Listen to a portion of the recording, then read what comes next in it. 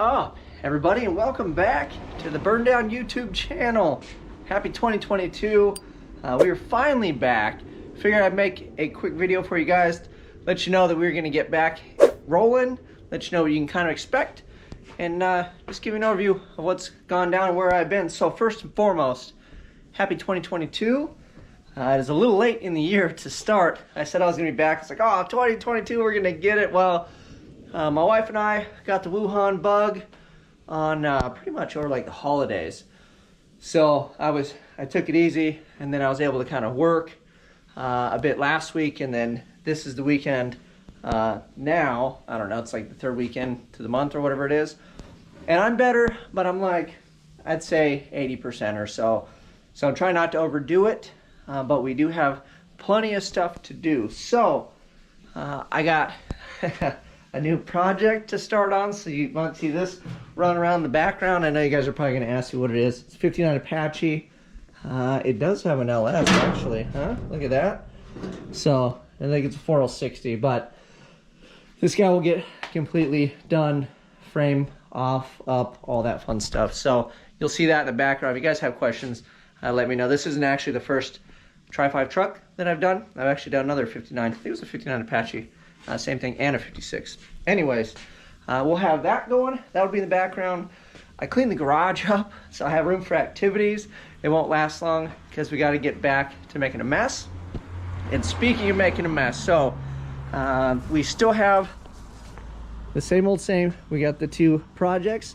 I've not done anything to the Malibu, so this is the same car you saw me park after race week. And then same thing with this big dog, although I just did start it. She's running, everything's good to go. We just got to do a few things to it to get it rocking and rolling. So that leads me to, you know, the things that I was like, oh, 2022, we're going to do some stuff this year. Well, I took a little bit of time off here on YouTube.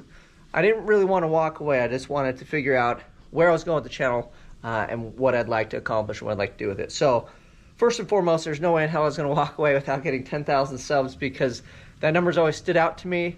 As far as I understand, 10,000 subs is actually a good size YouTube channel, although it might not seem like it for the amount of channels that are out, and for the amount that have 10,000 and up, it starts getting real slim. So that's a goal I'd like to hit. We are close. I know that we will make it this year, so I'm going to definitely celebrate that one. We'll think of something fun to do for that. But that leads me into, you know, what are we doing this year? Well, I had a couple grandiose ideas, and I think I shot myself in the foot. So the first one was, if you guys watch a little clip that I put on here, my wife and I got the boy a dirt go-kart. So we took him to a dirt go-kart track.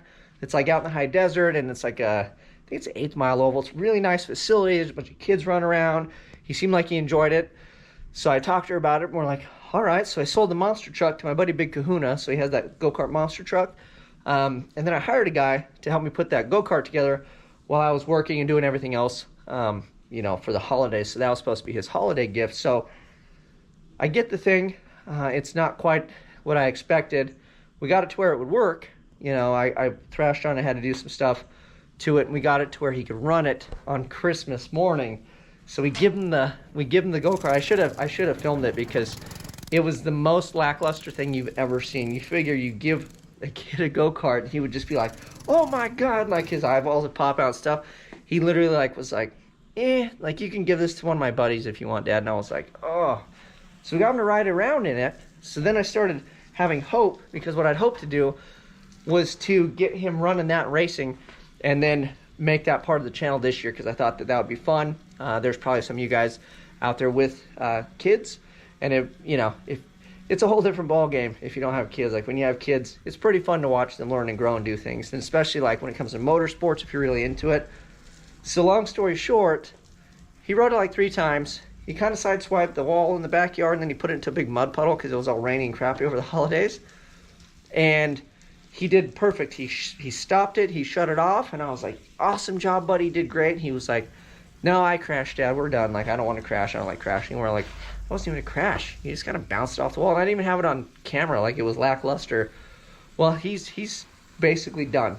So that thing is going to go away, because I can't sit on something that costs that much money and just let it rot. So much for go-kart racing. It was short-lived. It was like a 3 or 4 trick pony, and then I really don't want to force him. I know that if I make him run it, I make him sit in it, he's just not going to want to do it. So I would just rather figure it out. We'll skip over it, and then so yeah, we're not going to have go-kart racing on the channel. I thought we were going to do that this season, and that would be fun. And then the other thing I was contemplating, I have the option, but I don't think I have the funds, is a buddy of mine gave me a dirt car, so I wanted to do demo cross. I'm like, yeah, we'll do that. And when you sit down and you really boil these things down, everybody has a budget. My budget is slim like everybody else's. Maybe it's bigger than some people's, maybe it's smaller, whatever. I try to stay within my lane. But we overdid it a bit going on Rocky Mountain Race Week last year, so I'm still paying for that. Zero regrets. It was super fun. But that leads me to, you know, what do I really want to do? That was what I sat down with, like all the channel stuff, and it's like, it's not as much what I want to try to show you guys, it's what do I want to enjoy doing and bring you guys along. So we're going to get back to 100% fun. I have a car that just needs to be freshened up. I want to make a bunch of changes so I can take it back to race week, but I don't think I want to try to make those changes and then take an untested car back to Rocky Mountain Race Week this year. So I put my hat in the ring with the guys from War to possibly shotgun and go ride along on the adventure and cover it for you guys from their point of view, and just to be a guy that's helping back up and work on the car, just basically ride shotgun. So I am not going to go this year, but what we're going to do is I'm going to try to get the car up and running with what I've got. We'll do a gear change, and then we'll go work on 60-foot hits and get some seat time.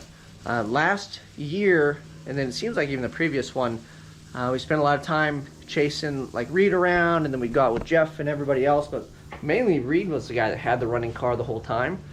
So I learned from him running the crap out of his car that that's really what it's about. I think he really won in the fun department for last year or the year before, because he had way more seat time than the rest of us, because he put his car together and he just hammered what he had. He hammered that setup. So I feel like I've got more left in the car. How much more? I have no idea, but I'm hoping we can get mid-9s. If we got to low 9s, that would be spectacular.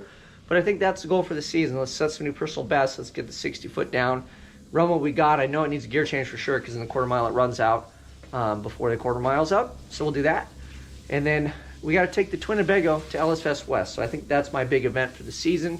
So if you want to come out and see me and hang out, that will probably be the event to go to. Other than LS Fest West, I'm open to do some other events if you guys have any ideas.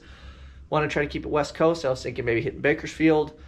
If there are other events, maybe like Arizona, Nevada kind of area, I might be able to go a little further than that, but I can't do like a Rocky Mountain Race Week. I just don't have the budget. And like I said, we want to try to just keep it fun this year, get some seat time, keep it lighthearted. I want to take away a lot of expectations for myself so I don't stress out, because I want to get back to having fun on the channel with you guys, instead of stressing myself out and trying to go on these big adventures and events. And I just don't really have the means to do it. So that is pretty much that. Yeah, so nothing new has really changed. We're slowed down from, like I said, from getting sick. It was about a week, like almost 2 weeks worth of being worthless and trying to get stuff together. But I'm back. I have a lot of projects. Maybe I'll cover some of the stuff. I got a brand new helmet from DJ that we took on the event that I'm going to custom paint. I've got a little Coke machine for my father-in-law that I'm going to do. Maybe I'll show you guys kind of that deal.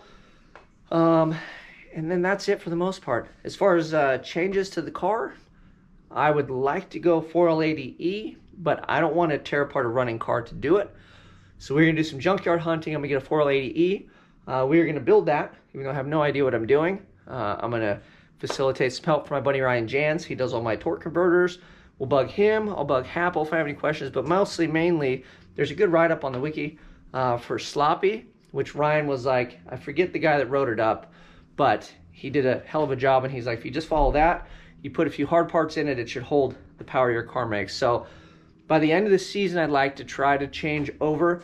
And then I'm thinking next year we can bring a car with overdrive that's tested, that has a 60, that we know how fast it will go, to Rocky Mountain Race Week, and we'll try again. Hopefully I get my debt paid down, and then we can stack it back up, because that's what we do. That's the fun part. So that is it.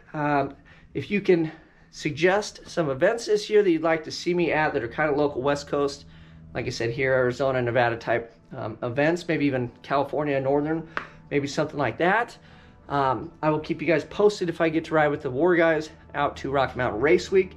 If I do that, it'll just be to cover the event, so literally I'll have all the time in the world to BS with people, hopefully, as long as the guy I'm riding with has a good show, but and doesn't do what I did last year. But we'll go for that, and then we're gonna go camping. Maybe we'll plan some Twinnebago events. We're gonna get this thing looking good. We'll splash some paint on the Twinnebago. I just have to put a couple little odds and ends on it. I don't think I'm gonna try to tow the car with it this year to LS Fest West. We'll just take the truck. Like I said, make life easy, try not to get over the top with things.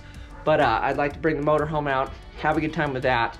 I have an idea for that thing too before we get to LS Fest West. Maybe we'll make like a cool little video to really kind of showcase it before we take it out there. And then we'll start working on the car. So plan is rip the drivetrain out of the car next weekend, get the converter sent out to Ryan for a cut and clean, and start assessing parts. I already got bearings on the shelf. I got a rebuild kit for the transmission already. We got to cut the bell housing off this one because it's a different case, but that's pretty much it. It's kind of stuff you've seen before, but we're going to try to chew through it real fast.